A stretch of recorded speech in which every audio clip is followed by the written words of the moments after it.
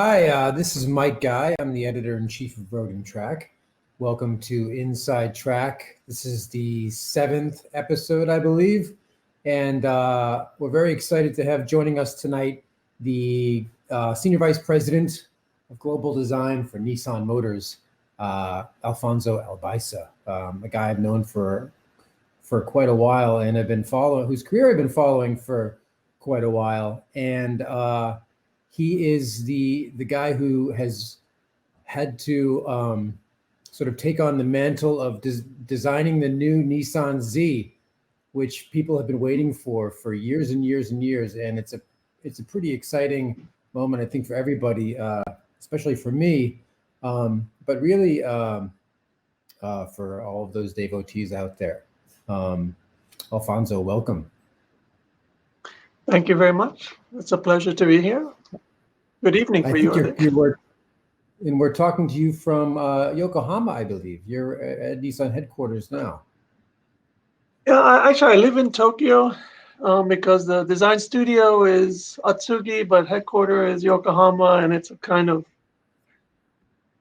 good place. Not in between, but kind of in between. Yeah. And I think the last time I talked to you was in LA 3 or 4 years ago, and you were about to go sailing. Were about to hop on a sailboat for a couple of days just to kind of get away from things. What I think is your kind of it's sort of a side passion of yours. You're Miami born and a yachtsman as well as a designer. Yeah, I love sailing. It's kind of harnessing the wind and especially overnight, a 24-hour type of sailing. You have to pace yourself and all of that. It's a thrill. Yeah. I mean, before we dive into the sort of the history of the Z family and what you've been working on lately, I'm just curious if you're following the Vendée Globe around the world solo race, and how closely you follow yacht design as a designer, and sort of the leaps and bounds the yachts have made in the past 10 years or so. Yeah, I mean, obviously I love design, so my passion is, of course, sailing, but the technology changes that have been happening and with the foils and these massive rigs that are now floating and of course the endurance around the world and how they're really taking themselves to the limit. So I do follow, and not just the racing, but the art of racing, but also the art of the craftsmanship, because it's a nice balance to the automobile, really. Yeah. And I noticed in the background here, those are your drawings. You came up you came up through actually in Brooklyn. You went to Pratt Institute and studied figure drawing. Yeah, I was in the fine art side of the world, and some sculpture, some figure drawing, and some industrial design too. But Pratt at that time in the 80s was a very balanced type of curriculum, and it actually allowed me to stay quite energized and diversified. And I think in many ways it helped me in my career, because for Nissan I've actually designed yachts for Nissan, and I've designed buildings for Nissan and designed cars for Nissan. I think that probably my schooling and my upbringing in my father's architecture studio has helped me be able to manage these other things for the company. What is it about Nissan? You've been there for more than 30 years. What is it about that company that has kept you there? I mean, it's the only corporation, certainly the only car company you've ever worked for. Yes, I was hired a little bit before I graduated in '88, and I've never really had a curiosity because of the culture of Nissan. We go from GTRs to Arias to trucks and we don't have this philosophy that everything has to be a derivative of the one next to it. And so artistically, it still feels like my first day in many ways. I really enjoy that. And then, like I mentioned before, as Nissan has always tapped into things that I love to do and encouraged me to do them for the company. And so I don't think that exists, to be honest. Maybe it does, maybe I'm naive, but I really believe that we have such a creative culture that I deeply love being. Yeah. Before we get into the ProtoZ, I wanted to talk a little bit about this moment in your career as you came into Nissan. You saw the clay model for the Z32 sitting on a table when you visited, the 300ZX, and it was a game-changing moment. I mean, how important is that car to you as in your career, and how important is it informing you as you go about designing the ProtoZ, the new Z? It's a great question because it was transformative. I mean, we all use that word a lot, seeking those things, but you have to understand the context. I was very young. I had just won my first project. So I went to the Go With One in Japan, about 88, 89. It was for a Pathfinder. Mm-hmm. And so when you win a project and you're young, you feel that you have something in your aesthetics. So in the context of that and being blown away by Tokyo, actually, because as you mentioned, I studied in New York and Brooklyn. It was the Big Apple, the center of the world, and somehow I found the other center of the world. Tokyo was similar architecture, scale, but so different in every way. So already I'm a little bit imbalanced. My reality is shifted. And then I open the door and the 300Z is there as a clay model. It was stunning because it's minimalism, it's purity, it's provocative engineering, those headlamps all the way lean back, glass. Nobody was doing this kind of thing.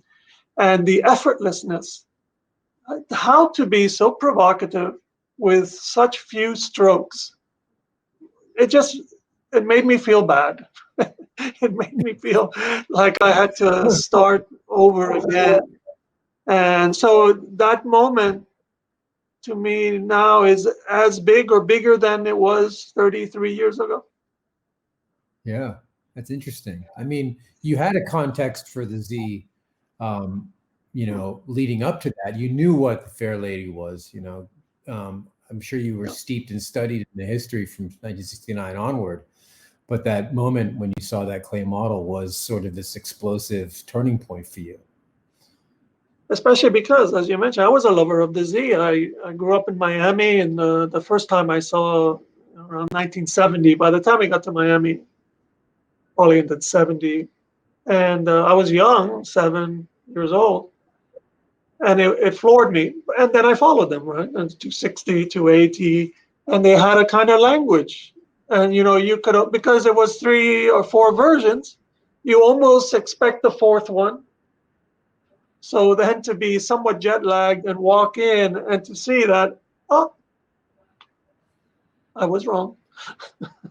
It was Yeah. shocking. Yeah. Was it also I mean, did you drive it and think to yourself, this is a really special vehicle to drive? I mean, I don't know what your relationship with is with the performance of the car, if it's as strong to you and emotional to you as the design of the car. Very much, because when I first started at Nissan, my boss had a twin turbo, the Z, the previous, the 31. And the way it swayed down, it was still a wonderful car of that time. So I every time he went on a business trip, he let me keep the car. Because I had a Renault car, and he felt I needed something a little sexier for as a single California kid. And so then his next car was the twin turbo 32. And again, not only the styling, but the engineering and the and the way it behaved, and the way, especially had the short wheelbase. Yeah, it was, I realized how design, when it's holistically executed, that, it can be just non-stop thrilling in every looking and feeling and living and running and all of these aspects.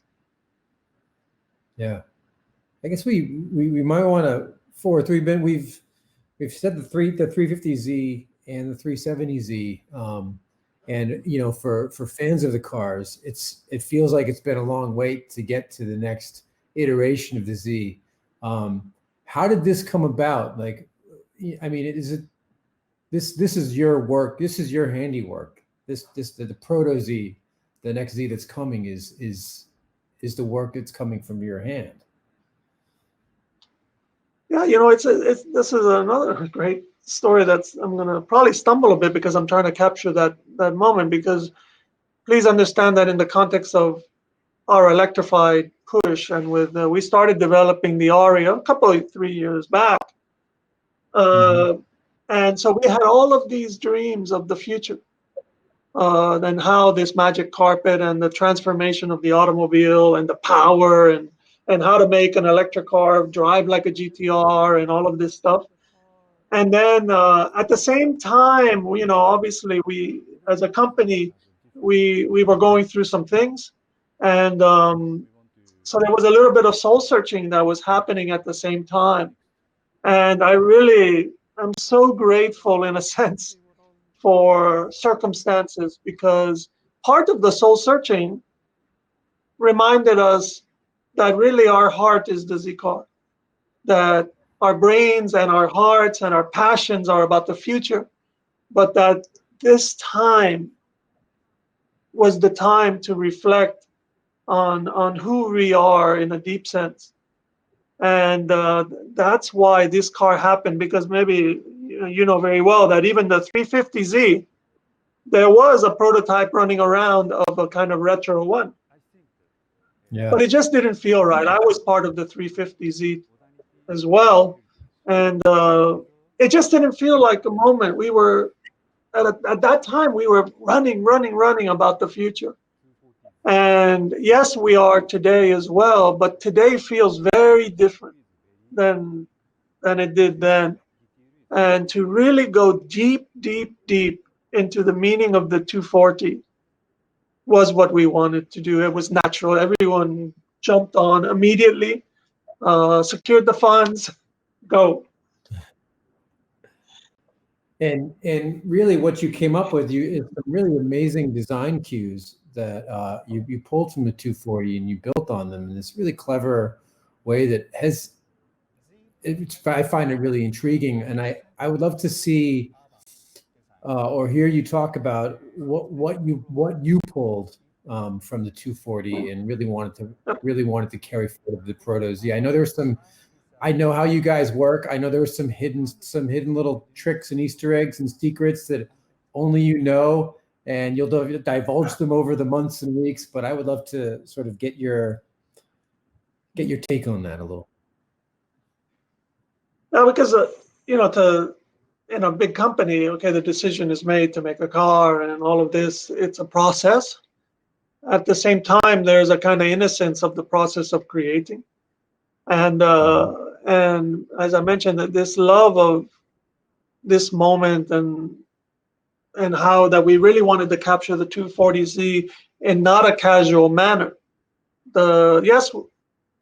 Tyson, who's also the design boss, he worked on the 300Z, so in Japan, and when I visited, and so we both had this feeling that we wanted something ultra modern and seamless, but that touched on the memories. So literally, we went through and identified the silhouette, of course, right off the bat. That since the 240Z, we really haven't been capturing that sense that the bottom of the A-pillar and the rear edge of the cabin and the back of the hatch, that is lower than the bottom of the A-pillar and the fender. And so this was just right off the bat. we needed to set that. And the longer hood, of course, 240 is straight six, and we don't have that, but we still wanted that. So, we played with the proportion and the nose position and the height of the nose and the very straight lines that create the grill. It's not a grill, actually. It's the result of a hood and a fender and a chin. And so that was job one. And then, of course, job two is what do you do with the scooped headlamp in the modern era? And so we did. We the lines from the hood, and then what kind of scoop element, and we took it from the kind of Aero Z nose that was a JDM. We had a glass over the round light, and but we digitized it. We made it a signature. One of my favorite parts is the rear three-quarter, because there, the seamlessness of this car is an indirect bow to the 300, the Z32, but the tail lamp is probably more of a deeper bow, where we again digitize the rear of that car. And instead of the big black panel, it's thin, but then we use this character line around it, this groove that actually made that a bigger element. And, we had a spectacular time with this. It's not easy, actually. In life, like design, there are many things that can make a dream atomize right before your eyes. So all of these things were love to do, but not easy to do. Yeah. How long is the process? I mean, I assume that you're telescoping between three and 10 years ahead as you develop these cars. Was this a 3-year project, a 5-year project? Oh no, it's closer to 3 and change. Yeah. And this is the other great. Thank you for this point, because what is the meaning of proto? Because this is a word that probably needs a definition or an explanation. Because what we're showing you is a moment in the time of a development. This is not a project that started a year ago. Yeah. This is a car that's a serious car. It's a mule, not a fabricated thing. It's using design data that is not finished, but it's not a show car. Right. So this is why when you ask how long we've been doing it, it's not like a typical show car where you spend about a year. This is a real thing here. This is it's a proto in the sense that it's just not finished. Yeah, but we assume certain things about it, that it's a rear-wheel drive V6 with twin turbos, and perhaps it comes from the Q60. Perhaps not. Maybe you can confirm or deny that. I'm not sure if it's a Red Sport engine. We could probably talk about your guitar in the background now. I think that they want a little bit of secrecy left for the. It's going to be spectacular. It's going to be a treat to drive. I think, as I mentioned, this sense of the holistic impression of when I drove the 300, the 32. I believe you're going to have that kind of feeling. You step inside the car and actually, like a glove, it feels so impressive. And it's coming with screens now and things like that.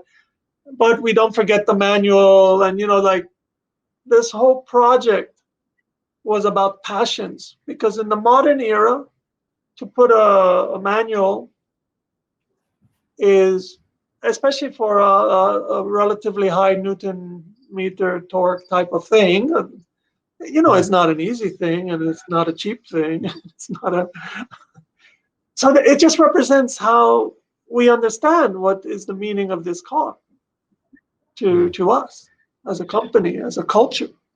Because I don't like the name, I don't like the word brand, and I don't exactly like the word company. Because this is not my experience of how I spend my day. I mean, it's a culture. We are humans. We're collaborating. We're together. We're struggling. We're laughing. We're all of these things, and the Z represents all of that. Where do you see the future of? I mean, it's such a vague question, but there are so few people I would actually want to ask this of. We're living in an interesting time in car design, and we're sort of coming out of a couple of years of everybody talking about these autonomous pods, and in the last few car shows we've been allowed to go to, those were sort of the talks of the shows. These driverless pods, and the design seemed to have been built around those. But is that really something that you see as a designer that interests you in the future, or is that actually a place where design is going? It's I wouldn't say it's an avenue, because an avenue tends to be multi-lane. It's one aspect of the future of the automobile, but it's not the future of the automobile. The automobile is for people and the dreams of people. It's not exactly a functional object. So I don't believe that all roads lead to one destination, because I don't think humans are like this.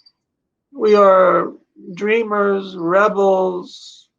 Sometimes we conform to how life is going. Sometimes we decide that that's not a satisfying journey, and it's not always based on logic.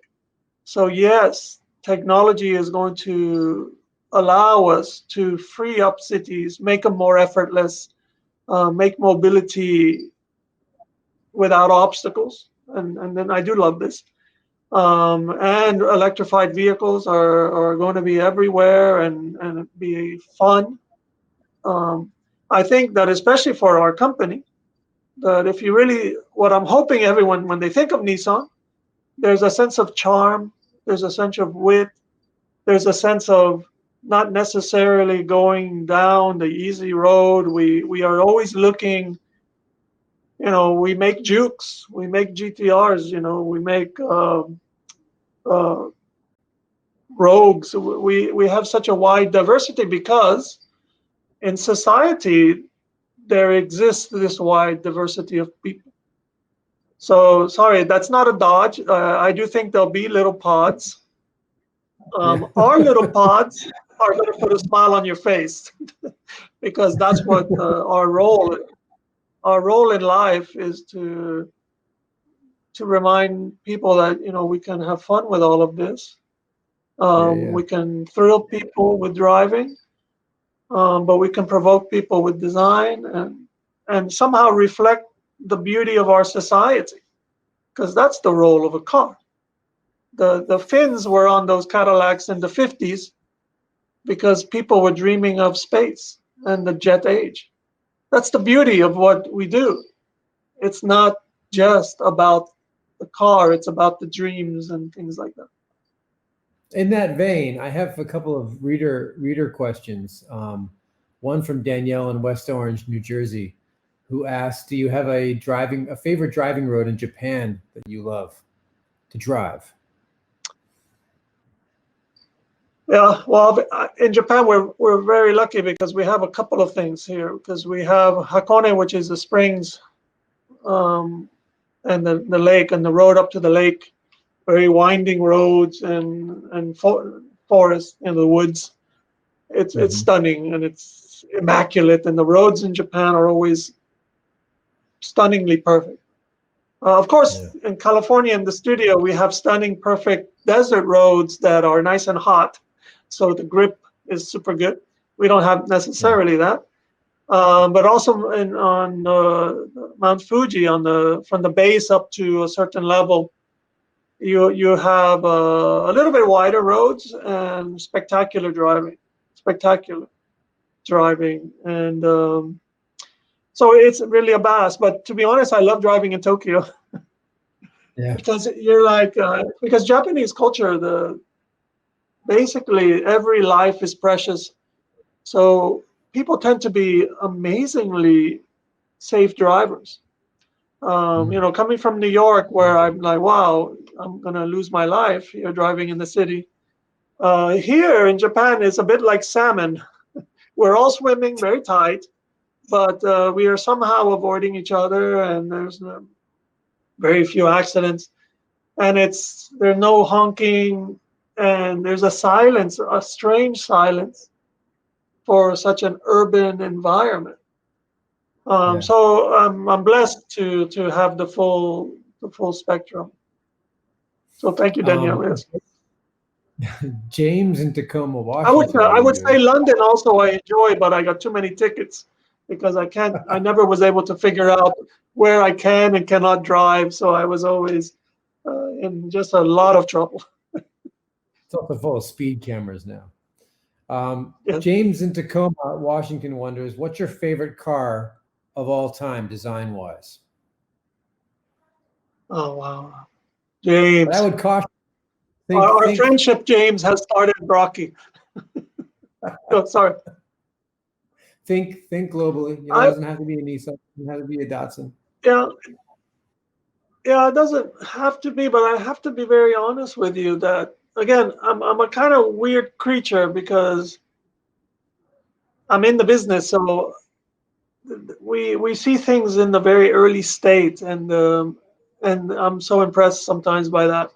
That the first time I saw a photograph of the scale model of the FX, Infinity FX 45. Hmm. Yeah. This was another moment, like when I saw the 300Z, that because especially in the scale model, please remember, it was like an aircraft carrier that was swallowed by an egg, half swallowed, and it was so amazing in its invention. And this is what I think I love about, again, back to the question about why I've been at Nissan so long, is as a company, this sense of seeking the invention. Uh, and the FX was probably one of those moments, aside from the 300, that really, really surprised me. At the time, there was really only the BMW X5 and these kind of cars. They were more boxy, and this car was a revolution.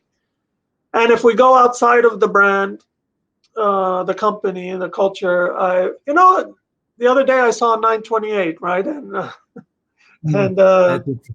wow, that was another revolutionary car. This was literally James.